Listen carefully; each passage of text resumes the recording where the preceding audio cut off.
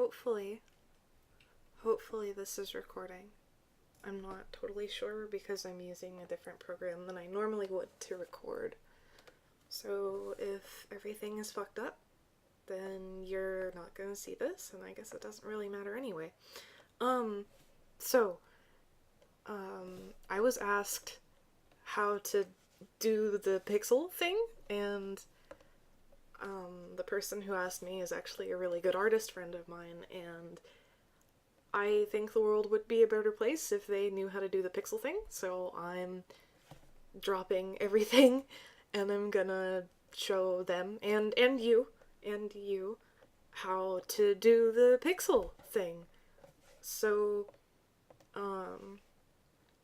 you should probably know better than I do what kind of pixel thing you want to make when you sit down to make a pixel thing. I have absolutely no fucking idea, but that's fine because every time that I don't know what to draw, I default to rabbits, and rabbits are pretty great, I would say.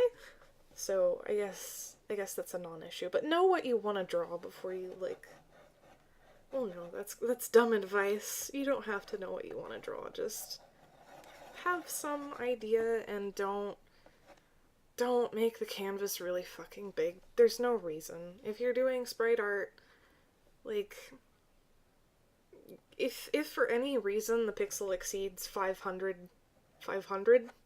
if the pixel exceeds 500, you should probably make it smaller or start asking, like, why would you make it that big?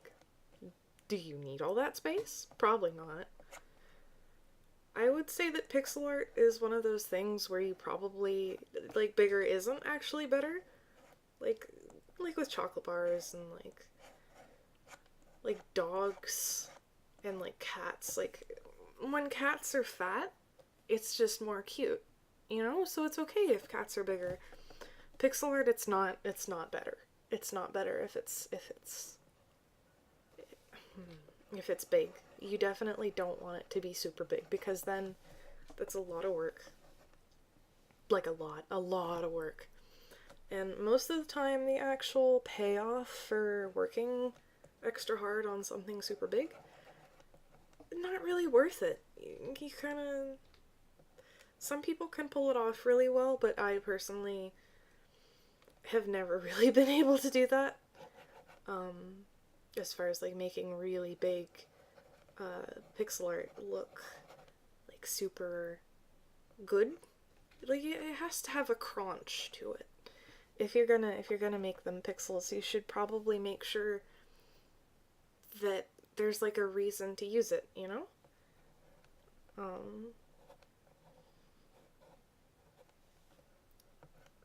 God, I fucking hate this sketch. It's okay. I just want to teach people how to do one of my favorite things in the whole universe, and then I'll never have to look at this fucking stupid rabbit ever again. Oh, it's such a bad drawing of a rabbit. Here, let's put some eyes on the little fecker and maybe that'll endear it to me. Ah, yeah, see? Now I hate it a little less. I'm gonna give it a little bit of a fucking liposuction on the face. I feel really bad for saying that.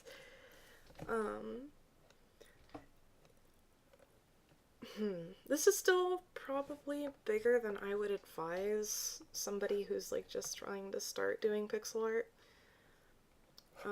Most of the icons and stuff that I do are 95 by 95 because that's the native resolution for YIF icons on Forcadia. So, that's what a lot of my commission work, and, like, if I ever make, like, an icon of my characters, I'm probably using it on Forcadia, and that's why. I mean, I think a lot of people who know me already knew that, so that was kind of pointless. I'm sorry. I'm kind of, like, filling space in because I don't want to edit this, because that's a skill set I don't actually have. I haven't had that skill set since college. But, this is just something super quick and hopefully cute, hopefully not totally worthless, that I can use to just kind of demonstrate how you should approach pixel art. I also want to clarify really quickly that this, oops, this, how should I say it? This whole like weird shadow shape thing that I'm doing right here is totally optional, and if you prefer to use line art, if you have like some crispity, crunchity line art or like a sketch that's a little more proper than what I'm doing right now, then absolutely use that. That's probably better for you in the long run. I just like to work with shapes to get down really basic ideas. Usually I start with these blobby shapes, and if I need to, I'll refine certain details, like adding the fluff to the ears right here. Okay. This is, I think, good enough. This will a pixel make. So what you want to do is take your sketch layer. This is a lot like inking. It's exactly like inking. You take your sketch layer and you turn down the opacity to whatever pleases you, really, and you zoom the fuck in. I'm at like 600% of the actual size right now, and you outline it. And of course I'm giving it huge fucking tits. Why wouldn't I? This is an autobiography. One of the things about pixel art that a lot of people like to harp on about, and one of the things that is kind of important, by the way, you should zoom out to 100% and check your line work and your shading, especially your shading, really, really frequently, because in pixel art it's really easy to hyperfocus in to one specific area, and when you do that, you run a pretty significant risk of either flooding an area with too much detail and not balancing it with the rest of the image, or sometimes you get so caught up in the small picture that you forget that like that nice intricate patch of shading is just a really small part of the character and would actually look better if it was really simple. So remember to pull back every now and then and actually take a look at what it's going to look like in its intended size. What was I saying before?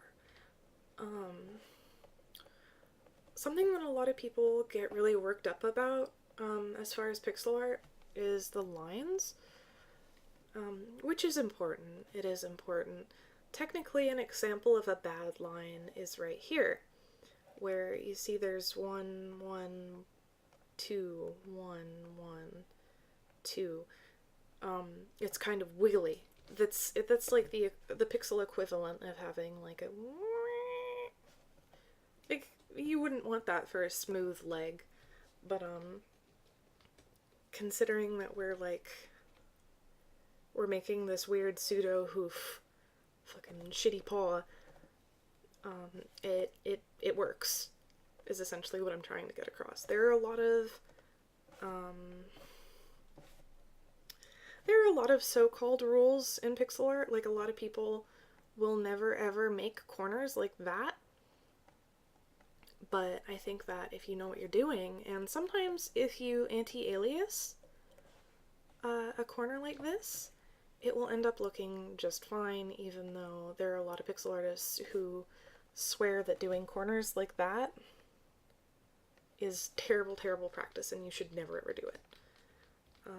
Like every other form of art, pixel art is something that you should always be willing to break rules with.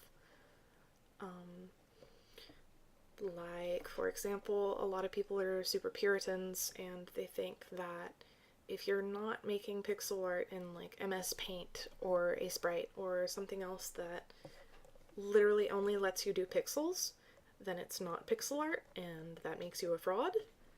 And essentially, those people are full of shit.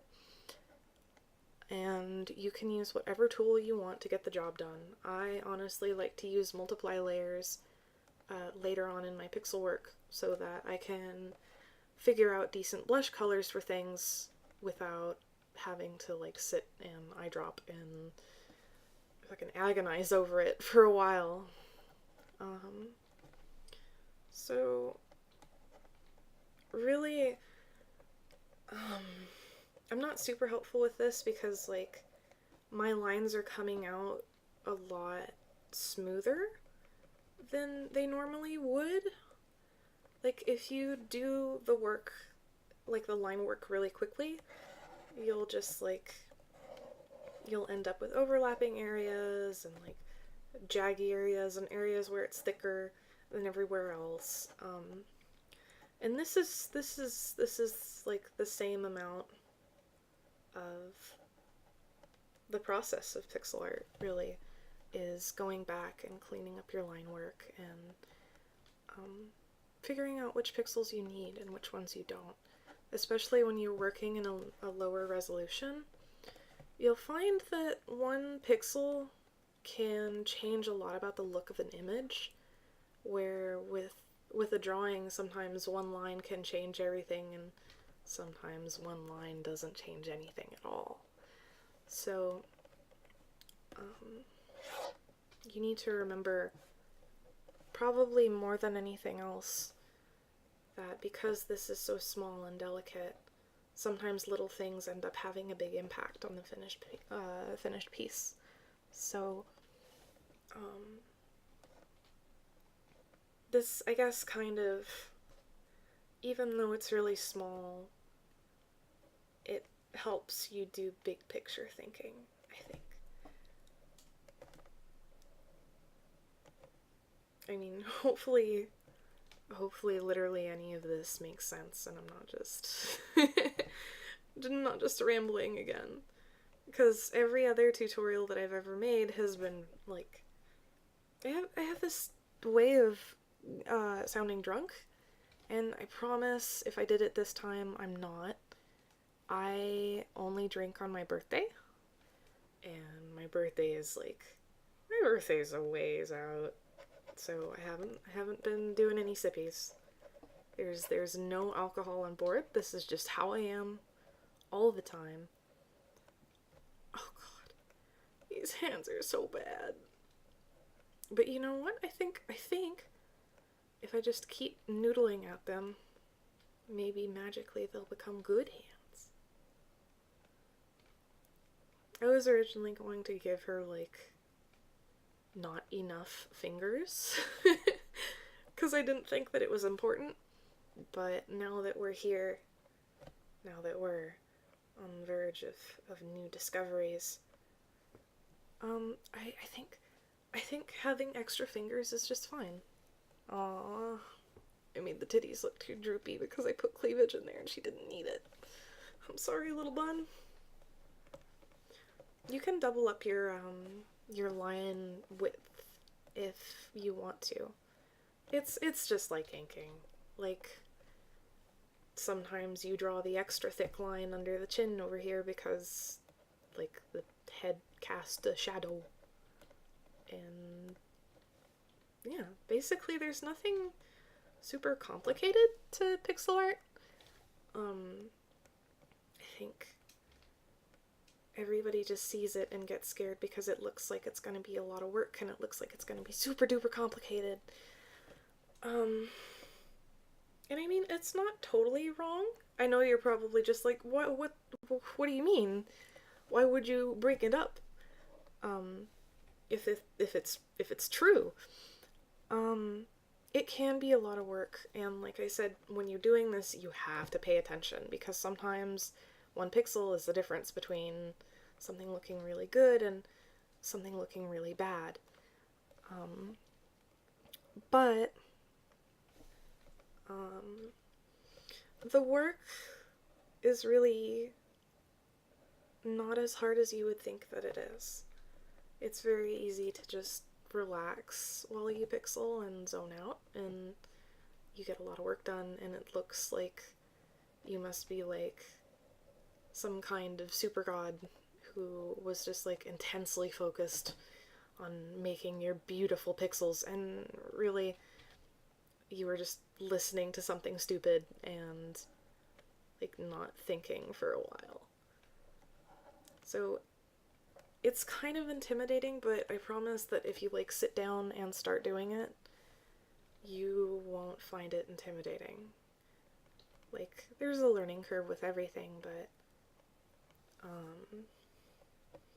pixel art isn't one of the sharpest learning curves I've ever, like, been on. That was a weird way to say it. I'm sorry. Oh, the ear actually has one of those corners, one of these little dudes that, people tell you never ever ever to make. And I'm gonna show you how we get around that, and also how to do some other little things that I think are really essential to pixel art, and this is just part of my style and how I handle pixeling in general. So what I'm trying to say is it's optional, and there are some people who are definitely gonna look at it and be like, why would you ever do that? But you can watch me do it, and if you like it, then you can also do it.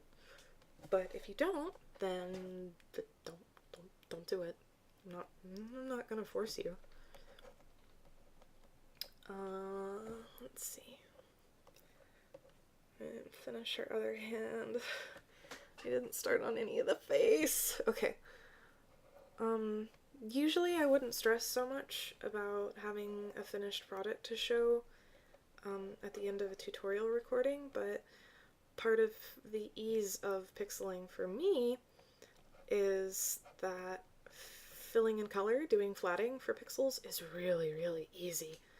And once I flat my pixels, then, like, the rest of it is just a fucking cakewalk. Which I've never really understood the term cakewalk. You would think that walking on cakes would actually be kind of difficult and maybe kind of unpleasant too, because they're like, it would be really squishy and you would feel like you're wasting a lot of food. Let's see. Okay, the shadow under the chin was really heavy.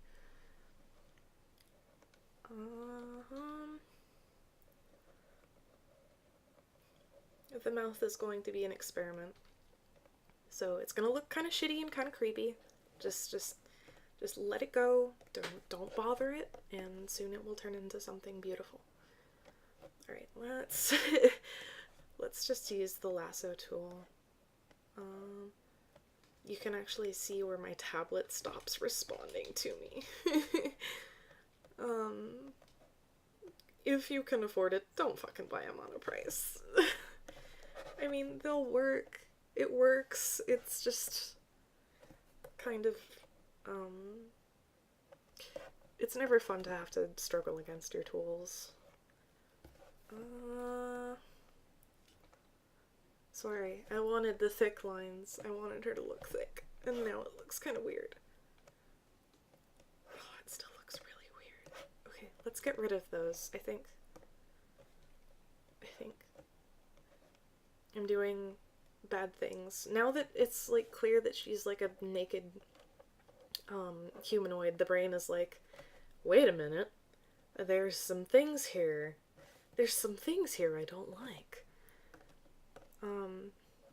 I just fucking deleted that sketch. Alright, well, we're in it to win it, boys. Okay.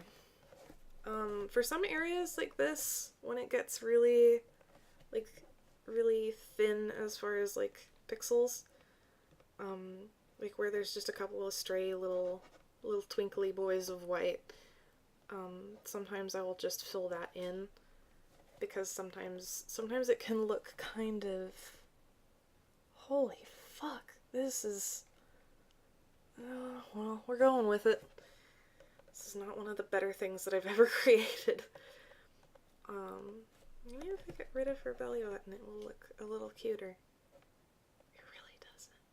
It really Alright, well, whatever. What the fuck was I saying? No, it's fine. We're moving on.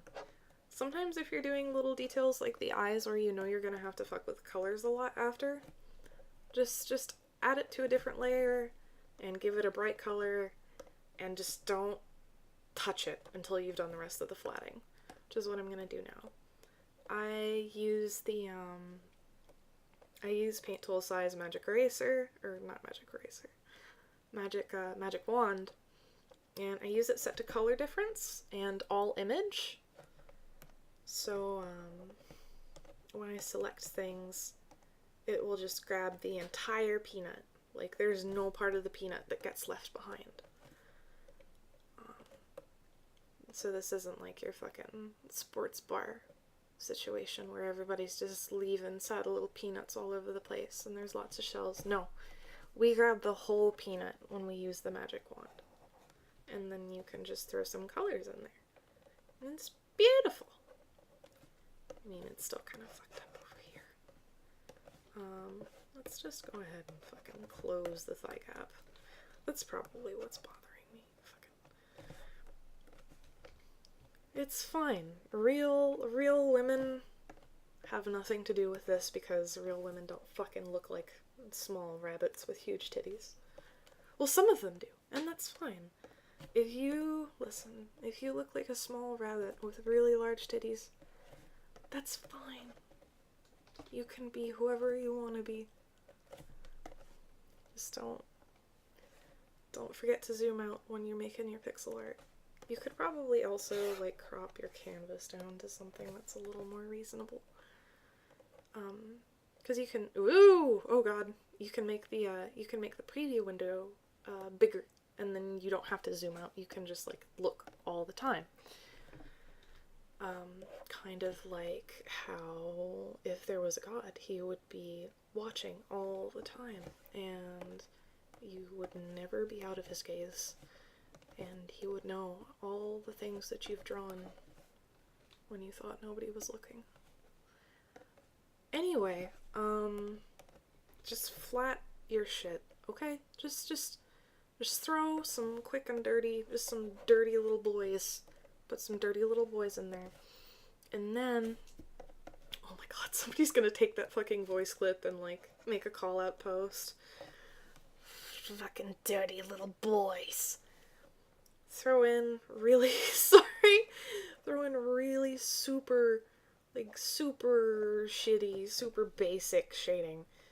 I like to skirt the lines. Not everybody likes to. A lot of people just like to stay in the line, and they don't like these little orphans. Oh, fuck me. They don't like little orphan pixels. I love little orphan pixels. They deserve just as much love as pixels who have both of their parents. So, I also skirt the lines because it kind of has, like, this softening effect. Like, everything feels a little gentler when you skirt the lines, I feel like. It's kind of like anti-aliasing, but not entirely. Well, I guess it is anti-aliasing, really, when I think about it. If you don't know what anti-aliasing is, you could probably Google it, but I already have you here, so I'll tell you. An alias line is what we're working with when we work with pixels. Alias lines are hard. They're just black and white. There's nothing else there. So an anti-alias line is like this, where this is still black and white, but there's a million billion fucking shades of gray. There's so many shades of gray that my mom fucking reads about it. No, that was a really bad joke. She'd be mad if she knew that I made that joke. She really hated those books. Okay. I'm sorry, I get distracted so easy. Okay, just, when you anti-alias, what you're doing is essentially, you're creating a bit more of a buffer between, like, lines and colors. So, like, the thing that makes these forbidden corners, a little more tolerable is when you put anti-aliasing in them, you're essentially softening them so it doesn't look like those forbidden corners are even like the forbidden corner. It still kind of looks like it here, but we're just gonna keep on trucking. I'm not sure if I'm totally in love with this, like, color, this rabbit color. But like I said, we've made decisions. You gotta commit. Let's put this pink. Let's put this pink. This has nothing to do with pixel art. This is just how I handle things. Let's just put some pink on there. The pattern that I'm doing on the nose is called dithering, and back when we had, I think they were called CRT monitors, dithering between two colors on the monitor would make it look like there was a third color. In this day and age, though, we don't use this kind of monitors anymore, and some people consider dithering to be obsolete, but I think that it's really good for conveying a bunch of different things. Like, a lot of people still use it when they're working with a limited palette, to give the illusion that there is kind of like a softer mix between two colors. A lot of people use it for texture reasons, like dirt and rocks. I find that you can get a pretty decent effect for them with dithering. There are some people who definitely don't like to see dithering in pixel art, so it's really a personal preference thing. And if you don't like the way that it looks, then again, I'm not going to force you to do anything regarding your artwork. I just want to see everybody learn, and hopefully by the time that I'm done rambling, and by the time that you're done listening to the rambling, we'll both come out of it a little bit more creatively enriched. Let's put it that way. Another thing that I think you should probably consider when you're working with pixel art is that you need to be a little more careful about your color choices. Like, I haven't really gone terribly far from the base color. Like, making big leaps in color choice with pixels can be very dangerous because, like I said, you need to make sure that you're checking the full image, and doing a lot of big picture thinking, because if it turns out that those colors are wrong for the image, and you kind of like, you put every pixel in there yourself, that's a lot of time and a lot of effort that you might have just wasted, and you're gonna have to take like extra time to fix your own mistakes. And pixel art takes enough time without having to fix mistakes, so let's just not make any mistakes. A lot of people are also more comfortable setting their palette up to the side, but I don't do that because I hate myself, and working logically is something that's beyond me. Not really. I like to color pick while I'm on the go, because I feel like it's a lot more organic, and I can actually get a better feel for how the colors are going to look if I just do them on the figure. And remember, I'm keeping an eye on the thumbnail at the top right. I'm keeping a firm eye on my, what would you call it? I think it's called the navigator in Photoshop. I'm keeping a very sharp eye on my navigator and making sure that the colors that I've chosen are working out. And that's what you should be doing, as long as you, even if you're using like a pre-made palette, you should check every now and then, just to be like super duper certain that your colors are working on whatever scale you're working with. Especially since I find hue and saturation shifts on pixel art sometimes don't work as well as they would on like a painting. But then again, that's my experience, and it might not be yours. So don't be afraid to experiment. If you want to work with pre-made palettes, if you want to keep your swatches on the side, if you want to do what I do and just like whip your balls out and shake them around a little bit every time you pick colors, then do that. Like, there are dozens of different ways to do any kind of art, and pixel art is really no different. There are people who are probably going to see this and be absolutely horrified that I would ever have such a messy process, and I wouldn't really keep track of my colors, and that if I want to get a color back, I literally just color pick it from the pixel art itself. There are some people who wouldn't dare like make pixel art without using one of the old technologically limited palettes, which is fair. I can admire that. But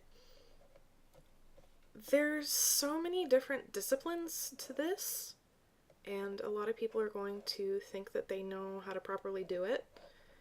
And I believe that there's no proper way to do things like this, that when you make art, the only person that you need to worry about pleasing with your artistic process is yourself. Even if you have a commissioner, even if you're getting paid to do something, your process is yours. It's very personal, and it's part of you, and I think that you should have the agency to decide whether or not you want to do things that would by some people be considered pixel heresy. So, preachy rant aside, you can kind of see what I'm doing with colors. I switch that to multiply. That's actually cheating to a lot of people. A lot of people don't want pixel art to be made with any kind of tool assistance, because like back when we actually used this for video games, that wasn't a thing that you could do. Again, that's a nice sentiment. I appreciate it, but that's not what we're doing right now. Essentially what I'm doing is, right now I'm just building up the suggestion of texture at a really small size with as few colors as I can. It doesn't really matter if you use a bunch of colors, but after a certain point, I think a lot of people will just be like, why didn't you just paint? And that's a valid question, really.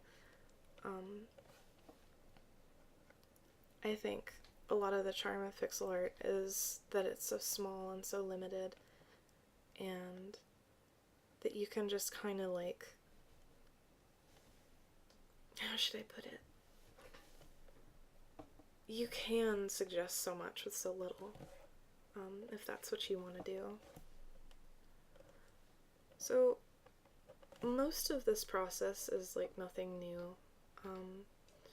It's just the slow build and layering of colors. Remember, when you shade in pixel art, you want to shade like you shade anything else. So I want to make sure, like super duper extra sure, when you do pixel art, you don't do this. My brain is like fighting this really hard because it doesn't want to do it. Don't pillow shade.